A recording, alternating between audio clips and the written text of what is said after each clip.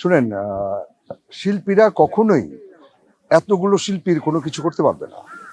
এটা করতে হলে যেমন মনে করেন আমাদের প্রেসিডেন্ট বা আমাদের যে সেক্রেটারি আছে তাদের সাথে যদি সরকারের সাথে একটা সম্পর্ক থাকে, ঠিক তখনই এই শিল্পীদের উন্নয়নটা করতে পারবে। কারণ সরকারের কাছে তো জানাতে হবে যে আমাদের যে শিল্পীগুলো খুব খারাপ অবস্থায় আছে তাদের কি করা যায়।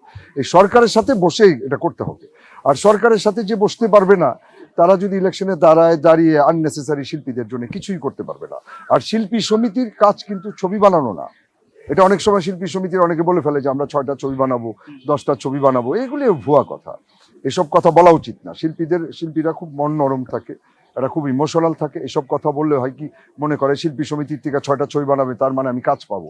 শিল্পী সমিতির থেকে কে ছবিটা বানাবে, এটা কি বললে হবে? ডিপজল বানাতে পারে, ডিপজলের টাকা ছিল, টাকা আছে, নিপুণ পারে, জায়েদ খান পারে। তো কয়জন এরকম আছে জায়েদ খান বা নিপুণ বা ডিপজল, এটা বললে হবে?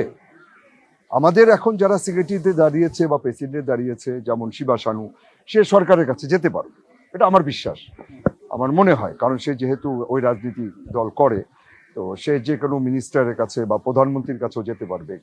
যাওয়ার পর আমাদের শিল্পীদের যে উন্নয়ন যেভাবে করা যায়, সেটা সরকারেরও তো একটা রূপরেখা আছে। সরকারও তো চায় যে শিল্পীদের উন্নতি হোক, এই সিনেমার উন্নতি হোক, সিনেমা হল হোক, এটা সরকারও চায়।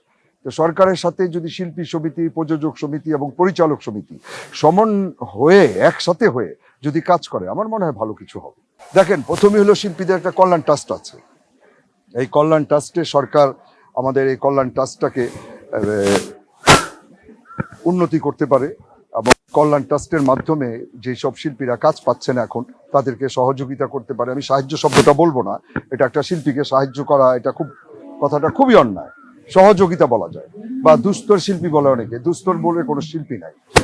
শিল্পী অভাবগ্রস্ত হতে পারে, হয়তো না খেয়ে আছে, কিন্তু দুস্তর শব্দটা শিল্পীদের মধ্যে ব্যবহার করাটা আমার মনে হয় উচিত হবে না। আর সরকারও যখন কোনো শিল্পীকে সহযোগিতা বা সাহায্য করে, তখন দেখা যায় এটা টেলিভিশনে, তারপরে চ্যানেলগুলোতে খুব ফলাও করে বলা হয়। এটা একটা শিল্পী খুব কষ্ট পায়, একটা শিল্পীর মানে মান সম্মানটা একদম নিচে পড়ে যায়, কারণ শিল্পীদেরকে ভিক্ষুক বানিয়ে দেওয়া হয়। তো আমার মনে হয় কি, শিল্পীদের কি যে সহযোগিতা যদি করতে হয়, একটু গোপনে করলে মনে হয় ভালো হয়। কারণ সরকার তো অনেক কিছুই করছে, রাস্তা করছে, ব্রিজ করছে, আরো অনেক কিছু করবে এই সরকার হয়তো, কিন্তু শিল্পীদেরটা একটু গোপনে করলে কি প্রবলেম আছে? আমার তো মনে হয় না।